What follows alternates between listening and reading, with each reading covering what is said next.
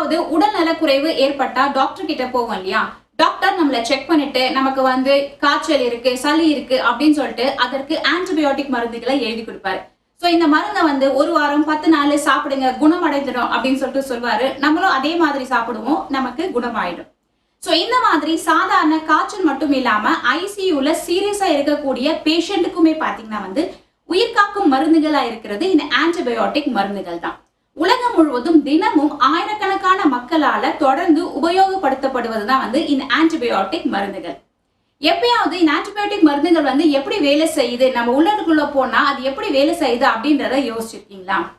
So இந்த வீடியோல நாம ஆன்டிபயோட்டிக் மருந்துகள் அப்படின்னா என்ன, அவை எங்க இருந்து வருது, ஆன்டிபயோட்டிக் மருந்துகள் எப்படி நம்மளுடைய நோயை வந்து குணமாக்குது அப்படின்ற விஷயங்களை தெரிஞ்சுக்கலாம்.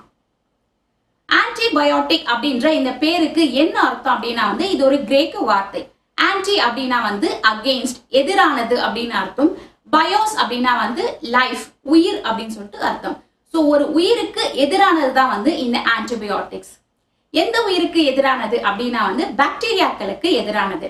ஸோ பொதுவா ஆன்டிபயோட்டிக் மருந்துகளை வந்து பாக்டீரியாவுக்கு மட்டும்தான் நாம வந்து யூஸ் பண்ணுவோம். பாக்டீரியாவுக்கு எதிரான ரொம்ப பவர்ஃபுல்லான மருந்துகள் தான் வந்து இந்த ஆன்டிபயோட்டிக் மருந்துகள். ஸோ நுண்ணுயிரிகள் பொதுவா என்ன பார்த்தீங்கன்னா வந்து பாக்டீரியா, வைரஸ், ஃபங்கை அப்படின்ற பூஞ்சைகள், அப்புறம் பாரசைட்ஸ் அப்படின்ற சின்ன சின்ன உயிரினங்கள், இது எல்லாமே வந்து நுண்ணுயிரிகள், மைக்ரோ ஆர்கானிசம்ஸ். ஸோ இதுல பாத்தீங்கன்னா வந்து இந்த ஆன்டிபயோட்டிக் மருந்துகள் வந்து பாக்டீரியாக்களை மட்டும்தான் வந்து தாக்கி அழிக்கும். ஒரு வைரஸுக்கோ ஒரு ஃபங்கஸுக்கோ எதிராக இது வேலை செய்யாது. ஸோ இந்த மாதிரி பாக்டீரியாவுக்கு மட்டும் ஏன் இந்த ஆன்டிபயோட்டிக்ஸ் வேலை செய்யுது அப்படின்னா, ஏன்னா இது இயற்கையிலேயே இப்படிதான் நடக்குது. ஸோ இந்த நுண்ணுயிர்களான இந்த ஃபங்கஸ் பாத்தீங்கன்னா வந்து பல வகையான என்விரான்மெண்ட்ல வாழக்கூடியதா இருக்கு. அதாவது காத்துல இருக்கும், மண்ணுல இருக்கும், இந்த மாதிரி நிறைய என்விரான்மெண்ட்ல இந்த ஃபங்கஸ் பூஞ்சைகள் வந்து வாழக்கூடியதா இருக்கு. ஸோ அதே மாதிரி தான் வந்து பாக்டீரியாக்களுமே பாத்தீங்கன்னா வந்து பல ஆயிரக்கணக்கான பாக்டீரியாக்கள் வேற வேற சூழ்நிலைகள்ல வாழக்கூடியதா இருக்கு. ஸோ காத்துல இருக்கும், மண்ணுல இருக்கும், இந்த மாதிரி வேற வேற என்விரான்மெண்ட்லயும் பாக்டீரியாக்கள் வாழக்கூடியதா இருக்கு. ஸோ இப்ப பாத்தீங்கன்னா வந்து மண்ணுல நிறைய வகையான ஃபங்கஸ் இருக்கு. இப்போ ஒரு குறிப்பிட்ட இடத்துல கொஞ்சம் ஈரப்பதமா இருக்குன்னா அந்த இடத்துல வந்து நிறைய வந்து ஃபங்கஸ் வளரும். ஸோ அந்த இடத்துல வந்து பக்கத்துல ஏதாவது ஒரு பாக்டீரியாக்கள் வளர்ந்துச்சுன்னா அந்த ஃபங்கஸ் வந்து வளர்றதுக்கு தேவையான தண்ணீரோ உணவோ இல்லைன்னா வந்து அங்க என்ன சூழ்நிலையோ வந்து அதற்கு பத்தாது. ஸோ அந்த ஃபங்கஸ் என்ன பண்ணும், பக்கத்துல இருக்கிற பாக்டீரியாவை அழிக்கிறதுக்காக சில வகையான கெமிக்கல்களை உற்பத்தி செய்யும்.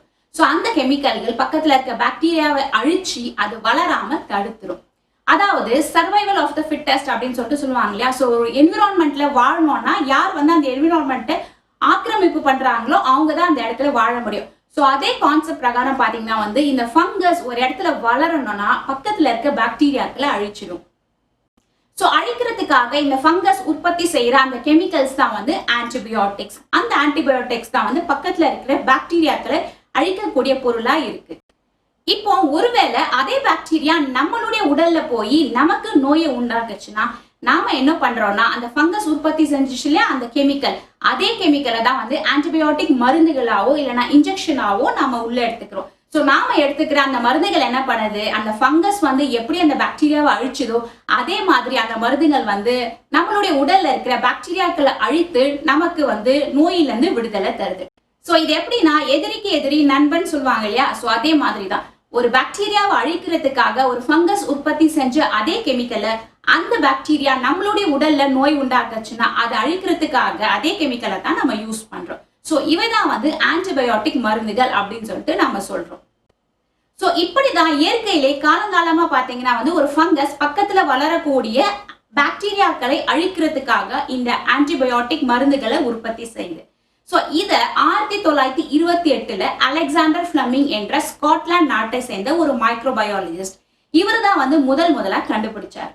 இவர் பாத்தீங்கன்னா வந்து ஸ்டெஃபைலோகாக்கஸ் ஆரியஸ் அப்படின்ற ஒரு பாக்டீரியா, இது வந்து மனிதனுக்கு பல்வேறு வகையான நோய்களை வந்து உண்டாக்கும். ஸோ இந்த பாக்டீரியாவை பற்றிய ஆராய்ச்சியை வந்து நெடுங்காலமா செஞ்சுட்டு இருந்தார். ஸோ எப்பவுமே அவர் வந்து அவருடைய லேப்ல இந்த பாக்டீரியாக்களை வச்சு ரிசர்ச் பண்ணிட்டே இருப்பார். ஸோ அதை பார்த்துட்டு அவருடைய மனைவி வந்து என்னங்க எப்ப பார்த்தாலும் லேப்லயே பிஸியா ஒர்க் பண்ணிட்டே இருக்கீங்களே, வாங்க ஒரு ரெஸ்ட் எடுப்போம், ஒரு வெக்கேஷனுக்கு போகலாம் அப்படின்னு சொல்லிட்டு ஒரு விடுமுறைக்காக அவரை வந்து கூட்டிட்டு போனாங்க. ஸோ அப்படியே அவர் அந்த அவசரமா அவர் போகும்போது அவர் என்ன பண்ணாருன்னா வந்து அந்த பாக்டீரியா வளர்க்கக்கூடிய அந்த பெட்ரி பிளேட் இருக்கு இல்லையா? ஸோ அதை வந்து தெரியாம அப்படியே ஜன்னல் ஓரமா வச்சுட்டு போயிட்டாரு. ஸோ அவர் விடுமுறை கழிந்து வந்து பார்க்கும்போது பாத்தீங்கன்னா அந்த பாக்டீரியா வளர்ந்த அந்த பெட்ரி பிளேட்டை சுற்றி வந்து பச்சை கலர்ல ஒரு ஃபங்கஸ் வளர்ந்து இருந்துச்சு. ஸோ எந்தெந்த இடத்துல அந்த ஃபங்கஸ் வளர்ந்துருக்கோ அதை சுற்றி இருக்கக்கூடிய பாக்டீரியாக்கள் எல்லாமே வந்து இறந்து போயிருந்துச்சு. ஸோ அப்பதான் அவர் கண்டுபிடிச்சாரு அந்த ஃபங்கஸ் உற்பத்தி செய்யற ஒரு பொருள் தான் வந்து அந்த பாக்டீரியாக்களை அழிக்குது அப்படின்னு சொல்லிட்டு. ஸோ அவர் கண்டுபிடிச்ச அந்த பொருள் தான் பாத்தீங்கன்னா வந்து பெனிசிலின் அப்படின்ற ஆன்டிபயோட்டிக். ஸோ இப்படிதான் எதேர்ச்சியா 1928 பெனிசிலின் அப்படின்ற ஆன்டிபயோட்டிக் கண்டுபிடிக்கப்பட்டது. பெனிசிலின் கண்டுபிடித்த பிறகு பாத்தீங்கன்னா வந்து ஸ்டெப்டோமைசின், குளோராம்பெனிகால், டெட்ராசைக்ளின் அப்படின்னு சொல்லிட்டு நிறைய வகையான ஆன்டிபயோட்டிக் வந்து இயற்கையிலே வந்து மண்ணுல இருக்க ஃபங்கஸ் வந்து உற்பத்தி செய்யுது அப்படின்றத நாம வந்து பல ஆராய்ச்சிகள் பிறகு கண்டுபிடிக்க ஆரம்பிச்சோம். ஸோ அந்த ஃபங்கஸை நாம எடுத்து லார்ஜ் ஸ்கேல்ல பார்மாசூட்டிக்கல் கம்பெனிஸ்ல, மருந்து தயாரிக்கிற கம்பெனிஸ்ல அந்த ஃபங்கஸை வந்து பெரிய பெரிய பேரல்ல வளர்த்து அது உற்பத்தி செய்யற இந்த ஆன்டிபயோட்டிக்கை அப்படியே வடிகட்டி அதை பியூரிஃபை பண்ணி அதை வந்து நம்மளுடைய நோய்களை குணப்படுத்துறதுக்காக நம்ம யூஸ் பண்ணிட்டு வரோம். பொதுவா பாத்தீங்கன்னா இந்த ஆன்டிபயோட்டிக் மருந்துகளை ஏதாவது ஒரு வடிவத்துல நம்ம வந்து நம்மளுடைய லைஃப்ல அட்லீஸ்ட் ஒரு முறையாவது யூஸ் பண்ணியிருப்போம். ஸோ உதாரணத்துக்கு ஏதாவது காதுல பிரச்சனைனா காதுல போடுற டிராப்ஸ், கண்ணில் போடுற ஐ டிராப்ஸ் இருக்கு இல்லையா, கண்ணில் போடுற மருந்துகள், அப்புறம் அடிபட்டுச்சுன்னா வந்து அந்த இடத்துல கிரீம் போடுவீங்க இல்லையா, ஸோ அந்த மாதிரி ஆன்டிசெப்டிக் கிரீம்ஸ், அது ஆன்டிபயோட்டிக்ஸ் கலந்துருக்கும். அப்புறம் இன்ஜெக்ஷன் மூலமாகவோ மாத்திரைகள் மூலமாகவோ இப்படி வந்து ஏதாவது ஒரு வடிவத்துல ஆன்டிபயோட்டிக்ஸை நம்ம அட்லீஸ்ட் ஒரு முறையாவது யூஸ் பண்ணியிருப்போம். ஸோ இப்படி மில்லியன் கணக்கான மக்களால தினமும் யூஸ் பண்ணக்கூடிய ஒரு அத்தியாவசியமான உயிர்காக்கும் மருந்தா இருப்பதுதான் வந்து இந்த ஆன்டிபயோட்டிக் மருந்துகள். ஸோ பொதுவா பாத்தீங்கன்னா நம்மளுடைய உடல்ல நோய் கிருமி பாக்டீரியா போச்சுன்னா அது நோய்களை உண்டாக்குறதுக்கு முன்னாடி நம்மளுடைய நோய் எதிர்ப்பு சக்தி என்ன பண்ணும், அதை பார்த்து ஆன்டிபாடிஸ் அப்படின்ற பொருட்களை உற்பத்தி செஞ்சு அந்த பாக்டீரியாக்களை அழிச்சிடும். ஸோ ஒருவேளை உள்ள போன அந்த பாக்டீரியாக்களுடைய அளவு வந்து ரொம்ப அதிகமா இருந்துச்சுன்னா, 2 மடங்கு 3 மடங்கு எண்ணிக்கையில அதிகமா இருந்துச்சுன்னா நம்மளுடைய நோய் எதிர்ப்பு சக்தினால டக்குன்னு அவ்வளோ பாக்டீரியாக்கள் உள்ள வந்ததை தாங்கிக்க முடியாது. ஸோ அதை வேலை செய்யறதுக்கு கொஞ்சம் டைம் எடுத்துக்கும். ஸோ அதுக்குள்ள அந்த பாக்டீரியாக்கள் அதிக அளவுல வளர்ந்து நமக்கு நோய்களை உண்டாக்கும். ஸோ அந்த மாதிரி சமயத்துல அந்த பாக்டீரியாக்களை அழிக்கிறதுக்கு உடனடியா தேவைப்படக்கூடிய மருந்துகள் தான் வந்து ஆன்டிபயோட்டிக்ஸ் மருந்துகள். நாம எந்த வகையான ஆன்டிபயோட்டிக்ஸ், அதாவது நேச்சுரல், செமி சிந்தட்டிக், சிந்தட்டிக் அப்படின்னு சொல்லிட்டு எந்த வகையான ஆன்டிபயோட்டிக்ஸை நாம உபயோகப்படுத்தினாலும் இவை எல்லாவற்றுக்கும் இருக்கக்கூடிய ஒரு முக்கியமான கேரக்டர் என்னன்னா வந்து இவை வந்து செலக்டிவ் டாக்ஸிசிட்டி, அதாவது தேர்ந்தெடுக்கப்பட்ட விஷத்தன்மை அப்படின்னு சொல்லிட்டு சொல்லுவோம், அவை கொண்டதா இருக்கணும். ஸோ இதை எப்படின்னா வந்து இந்த மருந்தை வந்து நாம வந்து ஒரு பாக்டீரியால இருந்து நோயில இருந்து விடுதலை ஆகணும்னு சொல்லிட்டு சாப்பிடுறோம். ஸோ அந்த மருந்து உள்ள போய் நம்மளுடைய சொந்த செல்கள் அழிச்சிடக்கூடாது. கரெக்டா அந்த பாக்டீரியாவை கண்டுபிடிச்சு அந்த பாக்டீரியாக்களை மட்டும்தான் தாக்கி அழிக்கணும். அதுதான் வந்து செலக்டிவ் டாக்ஸிசிட்டி அப்படின்னு சொல்லிட்டு சொல்லுவோம். ஸோ எந்த ஆன்டிபயோட்டிக்கா இருந்தாலும் இந்த கேரக்டர் இருக்கணும். அப்பதான் வந்து அது மனிதனுடைய பயன்பாட்டுக்கு ஏற்றதா இருக்க முடியும். ஸோ அதன் அடிப்படையில பார்த்தோம்னா ஆன்டிபயோட்டிக்கை நம்ம பேசிக்கலா 2 வகைகளா பிரிக்கலாம். ஒன்று வந்து பாக்டரிசைடல், இன்னொன்று பாக்டீரியோஸ்டாட்டிக். பாக்டரிசைடல் அப்படின்னா நம்ம சாப்பிடுற மருந்து உள்ள போய் அந்த பாக்டீரியாக்களை அப்படியே மொத்தமா அழிச்சிடும். அதுதான் வந்து பாக்டரிசைடல். இப்ப பாத்தீங்கன்னா வந்து ஒரு 100 பாக்டீரியா இருக்குன்னா அந்த 100 பாக்டீரியா வந்து 1000 பாக்டீரியாவை வளராம அந்த 100த்தையும் வந்து அப்படியே அழிச்சிடுறதா வந்து பாக்டரிசைடல். அப்படியே எல்லாத்தையும் கொல்லக்கூடிய மருந்துகள். ஓகே, 2வது வகையான மருந்துகள் பாத்தீங்கன்னா வந்து பாக்டீரியோஸ்டாட்டிக். இவ என்ன பண்ணனா வந்து ஒரு 100 பாக்டீரியா இருக்குன்னா அந்த 100 பாக்டீரியாவை அப்படியே பிடிச்சு வச்சுக்கும்.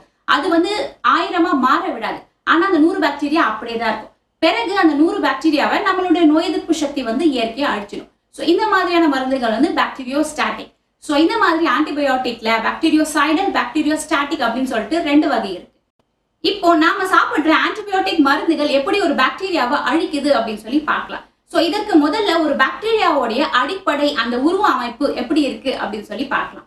ஸோ இது பார்த்தீங்கன்னா ஒரு பாக்டீரியா செல்லுடைய அமைப்பு. இது நடுவுல இருக்கிறது தான் வந்து அதோடைய நியூக்ளிக் ஆசிட், அதாவது அதோடைய டிஎன்ஏ. இதை சுற்றி இருக்கிற பகுதி வந்து சைட்டோபிளாசம். ஸோ இந்த சைட்டோபிளாசம் பகுதியில தான் அந்த பாக்டீரியாவுக்கு தேவையான புரோட்டீன்கள் எல்லாமே வந்து உற்பத்தி ஆகும். இந்த சைட்டோபிளாசம் சுற்றி ஒரு மெல்லிய ஒரு கவரிங் இருக்கும். அதை வந்து செல் மெம்பரேன் இல்லைன்னா பிளாஸ்மா மெம்பரேன் அப்படின்னு சொல்லுவோம். ஸோ அதற்கும் தாண்டி வெளிப்புறமா செல் வால் அப்படின்ற ஒரு சுவர் மாதிரி இருக்கும். இதுதான் வந்து பாக்டீரியாவுக்கு பாதுகாப்பு தருது. ஸோ நாம யூஸ் பண்ற ஆன்டிபயோட்டிக் மருந்துகள் பாத்தீங்கன்னா பாக்டீரியால இருக்கிற இந்த 4 முக்கியமான பகுதிகளில் ஏதாவது ஒரு பகுதியை தாக்கி அழிக்கக்கூடியதா இருக்கும். ஸோ அதன் பிரகாரம் பாத்தீங்கன்னா ஆன்டிபயோட்டிக் மருந்துகளை வந்து 4 வகைப்படுத்தலாம். ஒன்று வந்து அந்த பாக்டீரியாவுடைய செல்வாழை தாக்கி அழிக்கக்கூடிய ஆன்டிபயோட்டிக்ஸ், ரெண்டாவது அதோடைய செல் மெம்பரேனை தாக்கி அழிக்கக்கூடிய ஆன்டிபயோட்டிக்ஸ், மூன்றாவது அதோடைய புரோட்டீன் உற்பத்தியை தாக்கி அழிக்கக்கூடிய ஆன்டிபயோட்டிக்ஸ், மற்றும் நான்காவது அதோடைய டிஎன்ஏ ஜெனடிக் மெட்டீரியலை தாக்கி அழிக்கக்கூடிய ஆன்டிபயோட்டிக்ஸ். ஸோ இப்போ இதெல்லாம் எப்படி வேலை செய்யுது அப்படின்றது தெரிஞ்சுக்கலாம். ஒரு பாக்டீரியாவுக்கு ஷேப்பு மற்றும் வெளிப்புற என்விரான்மெண்ட்ல இருந்து பாதுகாப்பு தருவது அதோடைய செல் வால், அதாவது வெளிப்புற சுவர் பகுதி தான். ஒரு பாக்டீரியாவை கிராஸ் செக்ஷன்ல பார்த்தா இப்படிதான் இருக்கும். இதுல நடுவுல இருக்கிறது வந்து சைட்டோபிளாசம். ஸோ இந்த பாக்டீரியாவை சுற்றி வெளிப்புறமா இருப்பதுதான் வந்து இந்த செல் வால் அப்படின்ற இந்த செல் சுவர். இந்த வயலட் கலர்ல இருக்கு இல்லையா, இதுதான் வந்து செல் வால். இப்போ இத கொஞ்சம் ஜூம் பண்ணி உள்ள பார்த்தா இப்படிதான் இருக்கும். நம்மளுடைய செல் வால்ல இது போல இருக்காது. பாக்டீரியாவுடைய செல் வால்ல பெப்டிடோகிளைகான் அப்படின்னு ஒரு ஸ்பெஷல் அமைப்பு இருக்கும். இந்த பெப்டிடோகிளைகான் அப்படின்றது என்னன்னா வந்து என் அசிட்டைல் குளுக்கோசமைன் மற்றும் என் அசிட்டைல் முராமிக் ஆசிட் அப்படின்ற 2 அமினோ சுகர்களால செய்யப்பட்டதா இருக்கும். இதற்கு நடுவுல பாலிபெப்டைட்ஸ் கிராஸ் லிங்க்ஸ் இருக்கும். ஸோ இதனால இந்த செல் வால் வந்து ஸ்ட்ராங்கா இருக்கும். இது போல நிறைய லேயர்ஸ் அடுக்கடுக்கா இந்த செல் வால்ல இருக்கும். முதல்ல இந்த செல் வாலை பாக்டீரியா எப்படி தயாரிக்குது அப்படின்னு சொல்லி தெரிஞ்சுக்கலாம். என் அசிட்டைல் குளுக்கோசமைன் மற்றும் என் அசிட்டைல் முராமிக் ஆசிட் மற்றும் பாலிபெப்டைட் செயின்ஸ் இவை எல்லாம் உற்பத்தியாகி செல்லுக்குள்ள இருக்கிற பெரிபிளாஸ்மிக் ஸ்பேஸ் அப்படின்ற பகுதியில இருந்து ஒவ்வொன்னா சேர்ந்து இந்த செல் வால் பகுதியை வந்து அடையும். அதாவது செங்கல் வச்சு சுவர் கட்டுற மாதிரி இந்த ஒவ்வொரு கெமிக்கல்ஸும் ஒன்னா சேர்ந்து அப்படியே இந்த செல் வாலா வந்து உருவாகும். இந்த இடத்துல டிரான்ஸ்பெப்டிடேஸ் அப்படின்ற ஒரு என்சைம் வந்து அந்த பாலிபெப்டைட் செயினுக்கு நடுவுல இருக்கிற அந்த கடைசி அலனைன் அப்படின்ற அமினோ ஆசிடை நீக்கி விட்டு அந்த செயினை கிராஸ் லிங்க் பண்ணிடும். அதாவது அந்த கிராஸ் லிங்க் இருக்கிறதுனால தான் அந்த செல் வால் வந்து ஸ்ட்ராங்கா இருக்கும். ஸோ இப்படித்தான் வளரக்கூடிய ஒரு பாக்டீரியா தன்னை சுற்றி செல் வாலை வந்து தயாரிச்சுக்குது. இப்ப நாம எடுத்துக்கிற பெனிசிலின் அப்படின்ற இந்த ஆன்டிபயோட்டிக் மருந்து உள்ள போனவுடன் எப்படி வேலை செய்யும் அப்படின்னா, இந்த பாக்டீரியா செல் வாலை உற்பத்தி செய்யும் இல்லையா. ஸோ அப்படி செய்யும் போது இந்த கிராஸ் லிங்க்ஸ் அப்படின்றது ரொம்ப முக்கியம். அந்த கிராஸ் லிங்கை செய்யறது டிரான்ஸ்பெப்டிடேஸ் அப்படின்ற ஒரு என்சைம் தான். ஸோ இந்த பெனிசிலின் என்ன பண்ணும், அந்த டிரான்ஸ்பெப்டிடேஸ் அப்படின்ற அந்த என்சைம் மேல போய் ஒட்டிக்கும். ஸோ அப்போ அந்த என்சைமுடைய சப்ஸ்ட்ரேட் அது கிடைக்காது. அதாவது அந்த என்சைம் வேலை செய்ய அந்த இடத்துல முடியாது. ஸோ அதனால செல் வால் வந்து ஸ்ட்ராங்கா இருக்காது. இப்படி செல் வால் வந்து வீக்கா இருக்கிறதுனால உள்ள செல்லுக்குள்ள ஆஸ்மாட்டிக் ப்ரெஷர் எப்பவுமே அதிகமா இருக்கும். ஸோ வெளியில வந்து செல் வால் வீக்கா இருக்கு, அதனால அந்த ப்ரெஷர் டிஃபரன்ஸ்னால அந்த பாக்டீரியா என்ன ஆகும், செல் வந்து அப்படியே உடைஞ்சிடும். அதாவது அந்த பாக்டீரியா வந்து அழிந்து விடும். ரெண்டாவது வகையான ஆன்டிபயோட்டிக் மருந்துகள் பார்த்தீங்கன்னா ஒரு பாக்டீரியாவுடைய செல் மெம்பரேனை தாக்கி அழிக்கக்கூடியது. ஸோ அது எப்படி நடக்குது அப்படின்னா, பாக்டீரியாவுடைய நடுப்பகுதியை நாம சைட்டோபிளாசம் அப்படின்னு சொல்லுவோம் இல்லையா. ஸோ இந்த சைட்டோபிளாசமை சுற்றி உள்ள ஒரு மெல்லிய கவரிங் தான் வந்து சைட்டோபிளாஸ்மிக் மெம்பரேன் இல்லைன்னா வந்து செல் மெம்பரேன். இந்த கவர் தான் வந்து எந்த ஒரு பொருள் அந்த செல்லுக்கு உள்ள போகணும் இல்லைன்னா வெளியே வரணும் அப்படின்ற கண்ட்ரோலை வந்து வச்சிருக்கக்கூடியதா இருக்கு. ஸோ இந்த செல் மெம்பரேனை டேமேஜ் பண்ணா அதுக்குள்ள இருக்கிற எல்லா பொருளும் அப்படியே லீக் ஆகி வெளியே வந்துடும். அப்போ அந்த பாக்டீரியா இறந்து போயிடும். ஸோ இப்படித்தான் நிறைய வகையான ஆன்டிபயோட்டிக்ஸ் என்ன பண்ணும்னா இந்த செல் மெம்பரேனை அப்படியே ஓட்ட போட்டுரும். ஸோ அதோடைய உள்ள இருக்கிற எல்லா அந்த அயான்ஸ் எல்லா கெமிக்கல்ஸுமே வந்து வெளியேறிடும். அப்போ அந்த பாக்டீரியா இறந்து போயிடும். மூன்றாவது மெக்கானிசம் என்னன்னா வந்து பாக்டீரியாவுடைய செல்லுல புரோட்டீன் உற்பத்தியை தடை செய்யறது. ஸோ புரோட்டீன் உற்பத்தியை தடை செஞ்சுட்டா அந்த செல்லுக்கு தேவையான புரோட்டீன்ஸ் என்சைம்ஸ் இதெல்லாமே வந்து கிடைக்காது. அப்போ அந்த செல் வந்து அழிந்து விடும். ஸோ பாக்டீரியால மட்டும் இல்லாம நம்மளுடைய செல்களிலுமே வந்து புரோட்டீன் உற்பத்தி நடக்குது இல்லையா. ஆனா நம்மளுடைய செல்ல வந்து இந்த புரோட்டீன் உற்பத்தி வந்து 80S ரைபோசோம் அப்படின்ற ஒரு பகுதியில நடக்கும். ஆனா பாக்டீரியால பாத்தீங்கன்னா வந்து இந்த 80S ரைபோசோம் இருக்காது. அதற்கு பதில் 70S ரைபோசோம் அப்படின்னு சொல்லிட்டு வேற வடிவத்துல இருக்கும். ஸோ அதனாலதான் நாம யூஸ் பண்ற இந்த ஆன்டிபயோட்டிக்ஸ் வந்து கரெக்டா பாக்டீரியாவோட புரோட்டீனை மட்டும் அழிக்குது, நம்மளுடைய புரோட்டீன் உற்பத்தியை அழிக்கிறது இல்லை. ஸோ அது எப்படி வேலை செய்யுது அப்படின்றத தெரிஞ்சுக்கலாம். இப்போ உதாரணத்துக்கு டெட்ராசைக்ளின் அப்படின்ற ஒரு ஆன்டிபயோட்டிக், இதை வந்து நாம நிமோனியா காய்ச்சல் இல்லைன்னா நுரையீரல்ல ஏற்படக்கூடிய பிரச்சனைகள், யூரினரி ட்ராக் இன்ஃபெக்ஷன், அல்சர், இந்த மாதிரி நிறைய வகையான நோய்களுக்கு எதிராக இதை நாம யூஸ் பண்ணிட்டு இருக்கோம். இந்த டெட்ராசைக்ளின் எப்படி வேலை செய்யுதுன்னா இந்த பாக்டீரியாவுடைய இந்த புரோட்டீன் சிந்தசிஸ்ல இந்த அமினோ ஆசிட் டிஆர்என்ஏ வந்து இந்த பைண்டிங் பண்ற இந்த இடத்த வந்து அதை அப்படியே தடுத்துரும். ஸோ அதனால புரோட்டீன் உற்பத்தி வந்து நடக்காது. புரோட்டீன் இல்லாததுனால அந்த பாக்டீரியா இறந்து விடும். ரெண்டாவது வகையான ஆன்டிபயோட்டிக் பாத்தீங்கன்னா வந்து குளோராம்பெனிகால். இந்த மருந்து எப்படி வேலை செய்யுதுன்னா வந்து பாக்டீரியாவுடைய இந்த பெப்டிடைல் டிரான்ஸ்பரேஸ் அப்படின்ற என்சைமை இது தடை செஞ்சிடும். ஸோ அதனால புரோட்டீன் செயின் வந்து நீளமா உற்பத்தி ஆகாது, அதோடைய உற்பத்தி வந்து அப்படியே பிரேக் ஆகி தடைப்பட்டுடும். ஸோ அதனால புரோட்டீன் இல்லாததுனால அந்த பாக்டீரியா இறந்து விடும். இந்த குளோரோஃபெனிகால் அப்படின்ற ஆன்டிபயோட்டிக் பார்த்தீங்கன்னா வந்து டைஃபாய்டு, காலரா, மூளைக்காய்ச்சல், மெனிஞ்சைட்டிஸ், பிளேகு இந்த மாதிரியான மோசமான நோய்களுக்கும், அப்புறம் நமக்கு ஏதாவது கண்ணுல பிரச்சனை இருந்துச்சுன்னா நம்ம கண்ணுல வந்து டிராப்ஸ் போடுவோம் இல்லையா, இயர் டிராப்ஸ், ஐ டிராப்ஸ், இந்த மாதிரியான சாதாரண சின்ன நோய்களுக்கும், இந்த மாதிரி பல்வேறு வகையான பாக்டீரியல் இன்ஃபெக்ஷனுமே வந்து நம்ம யூஸ் பண்றது வந்து இந்த குளோராம்ஃபெனிகால். ஸோ இவை வந்து அந்த பாக்டீரியாவோடைய இந்த புரோட்டீன் சிந்தசிஸை தாக்கி தான் வந்து அவை அழிக்கும். ஸோ அதே மாதிரி நமக்கு தொண்டை வலி அப்படின்னா வந்து காமனாக டாக்டர் எழுதி கொடுக்கக்கூடிய மருந்து பார்த்தீங்கன்னா வந்து எரித்ரோமைசின். ஸோ இந்த எரித்ரோமைசின் அப்படின்ற இந்த ஆன்டிபயோட்டிக்மே வந்து இந்த பாக்டீரியாவுடைய இந்த ரைபோசோம் பகுதியில் இருக்க இந்த 50S ரைபோசோம் இந்த பகுதியை தாக்கி தான் வந்து அழிக்கும். ஸோ இந்த மாதிரி பாக்டீரியாவுடைய புரோட்டீன் உற்பத்திலேயே வந்து வேற வேற பகுதிகளில் போய் தாக்கி அழிக்கக்கூடிய மருந்துகள் அப்படின்னு சொல்லிட்டு நிறைய இருக்கு. 4வது வகை பார்த்தீங்கன்னா வந்து பாக்டீரியாவுடைய டிஎன்ஏவை தாக்கி அழிக்கக்கூடிய மருந்துகள். ஸோ இப்போ வந்து ஒரு பாக்டீரியா 2 பாக்டீரியாவா இனப்பெருக்கம் செய்யறது வந்து பைனரி ஃபிஷன் அப்படின்ற முறைப்படி நடக்கும். ஸோ அப்படி ஒரு பாக்டீரியா 2 பாக்டீரியாவா உடையும் போது அதோடைய டிஎன்ஏ அப்படியே வந்து அதுக்கு ஷேர் செய்து கொடுக்கப்படும். ஸோ இந்த டிஎன்ஏ ரெப்ளிகேஷன் பாக்டீரியால எப்படி நடக்குது அப்படின்னா, முதல்ல இந்த டபுள் ஸ்டாண்டர்டா இருக்கிற இந்த டிஎன்ஏவை ஹெலிகேஸ் அப்படின்ற என்சைம் வந்து பிரிக்கும். ஸோ எந்த இடத்துல இந்த ஹெலிகேஸ் அப்படின்ற என்சைம் பிரிக்குதோ அந்த இடத்த நம்ம ரெப்ளிகேஷன் ஃபோர்க் அப்படின்னு சொல்லிட்டு சொல்லுவோம். அந்த இடத்துல இருந்து தான் வந்து இந்த ரெப்ளிகேஷன் வந்து ஸ்டார்ட் ஆகுது. அடுத்து டிஎன்ஏ பாலிமரேஸ் அப்படின்ற என்சைம் என்ன பண்ணனா வந்து ஒரு ஸ்ட்ராண்டுக்கு எதிரான இன்னொரு ஸ்ட்ராண்டை வந்து உற்பத்தி செய்யும். 3வது டிஎன்ஏ கைரேஸ் அப்படின்ற என்சைம் என்ன பண்ணும், இந்த டிஎன்ஏ வந்து சூப்பர் காயிலிங் இருக்கிறத வந்து அப்படியே ரிமூவ் பண்ணும். ஸோ அப்பதான் வந்து ரெப்ளிகேஷன் நடக்கும். ஸோ இப்படிதான் சாதாரணமா டிஎன்ஏ உற்பத்தி வந்து ஒரு பாக்டீரியாக்கள்ல நடக்குது. இப்போ நாம அதிகமா யூஸ் பண்ற ஒரு மருந்து பாத்தீங்கன்னா வந்து ஃப்ளோரோக்யூனலோன். இதை வந்து நாம நுரையீரல் பிரச்சனைகளுக்கோ இல்லைன்னா வந்து யூரினரி ட்ராக் இன்ஃபெக்ஷனுக்கோ இது மாதிரி நிறைய விதமான நோய்களுக்கு எதிராக உபயோகப்படுத்துறோம். ஸோ இந்த ஃப்ளோரோக்யூனலோன் அப்படின்ற மருந்து எப்படி வேலை செய்யுதுன்னா, இவ நேரா போய் இந்த பாக்டீரியாவுடைய இந்த செல் டிவிஷன் நடக்கும் போது இந்த டிஎன்ஏ கைரேஸ் அப்படின்ற ஒரு என்சைம் இருக்குன்னு சொன்னோம் இல்லையா, அந்த என்சைம் போய் அப்படியே ஒட்டிக்கும். அந்த டிஎன்ஏ கைரேஸ்ல மட்டும் இல்லாம அந்த டிஎன்ஏலயும் சேர்ந்து ஒட்டிக்கும். ஸோ அந்த இடத்துல அந்த டிஎன்ஏ ஸ்ட்ராண்ட் வந்து பிரேக் ஆயிடும். அந்த டிஎன்ஏ இல்லாததுனால அந்த பாக்டீரியா வந்து அழிஞ்சிடும். ஸோ இப்படி பாத்தீங்கன்னா ஒரு பாக்டீரியாவை நம்ம தாக்கி அழிக்கணும்னா அதுல இருக்கக்கூடிய அந்த முக்கியமான அந்த ஸ்டெப்ஸ், அது வளரக்கூடிய அந்த ஸ்டெப்ஸ் என்ன அப்படின்றத நம்ம அக்யூரேட்டா அதோடைய மாலிகுலர் லெவல்ல போய் கண்டுபிடிக்கணும். அந்த இடத்துல போய் வேலை செய்யக்கூடிய ஆன்டிபயோட்டிக்ஸை கொடுத்தாதான் அந்த பாக்டீரியாவை நாம அழிக்க முடியும்.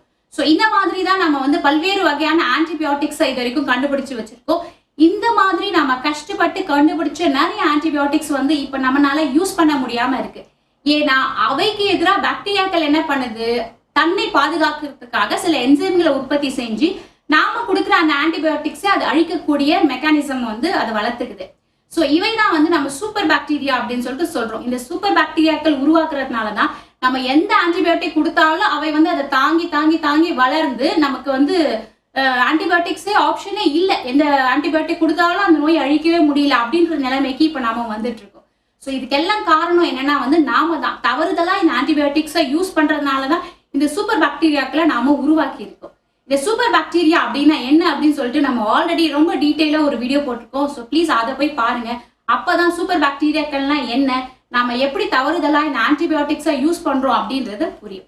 ஸோ இந்த வீடியோ உங்களுக்கு பிடிச்சிருந்தா லைக் பண்ணுங்க. மேலும் இது போல தகவல்களை தெரிஞ்சுக்கணும்னா நம்ம சேனலான சயின்ஸ் இன்சைட்ஸ்க்கு சப்ஸ்கிரைப் பண்ணுங்க. நன்றி, வணக்கம்.